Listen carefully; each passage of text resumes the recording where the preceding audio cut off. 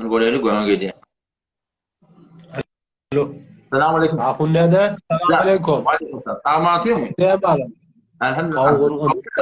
Akun nerede bir sualım var. Aytur hadi. Şu an bir nefer, mesela bir akun, yani müdürüm, molla olsun. Mesela rızkı ruzi var, mesela dua ettirip biliyor musun? Dua ettirenin ayıbı yok. Müslüman doğandan Müslüman doğan dua etmek değil.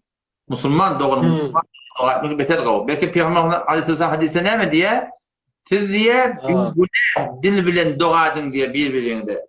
Bir günah dil bilen dua edin. Resulullah bir günah dil ne mi diye. Günah etmedik adam yok da onunla men sana dua ettim, sen bana dua etsen şu birbirine bir günah dil bilen dua etmeklik bu beter bir kavga. Hiçbir iradı yok yani.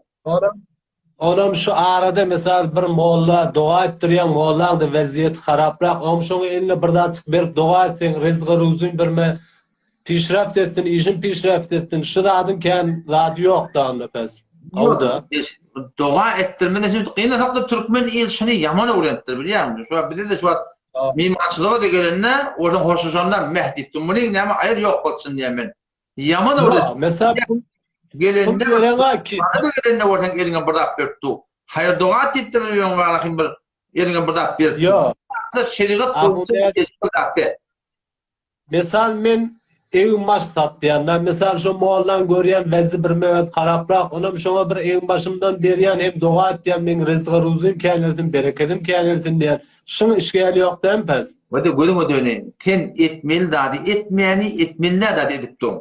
Etmeli dadi ne mi? Bak nedir? Sen sadaka veren Huda için. Huda Teala Kur'an'ı öyle vade veriptir. Her kim men yoluma berse men arttıracak deyiptir.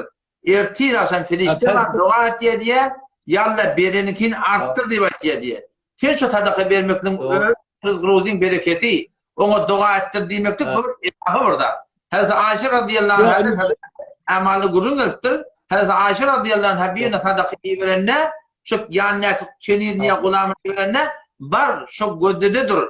Bana ne mi dua etti? Şu duan öğretken falan dua etti. Şu duan edip şu an bu dua şu duan edermiştik. Men sadakam kıyamete kalsın demiş.